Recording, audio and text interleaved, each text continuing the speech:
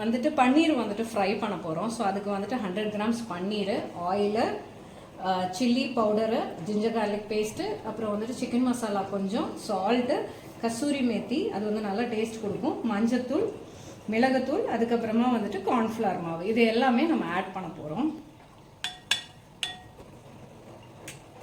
Salt வந்து தேவையான அளவு மட்டும், கசூரி மேத்தி, ஆயில் ஒரு 2 ஸ்பூன். அப்போ என்னென்னா மசாலா வந்துட்டு நல்லா பிடிக்கும். Chilli powder, ginger garlic paste உங்களுக்கு, அதுக்கப்புறமா வந்துட்டு சில்லி சிக்கன் மசாலா. நான் வந்து இன்றைக்கி ஜேபி சில்லி சிக்கன் மசாலா எடுத்திருக்கேன். இது வந்து மேக்னேட் பண்ணிவிட்டு நம்ம ஒரு 1 hour கழித்து நம்ம ஆயிலில் போட்டு எடுத்துக்கலாம்.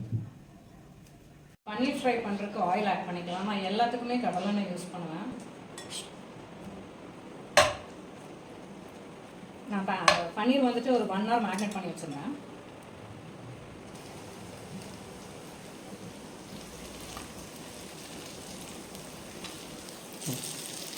பன்னீர் ஃப்ரை ரெடி ஆகிடுச்சு நம்மளுக்கு இப்போது.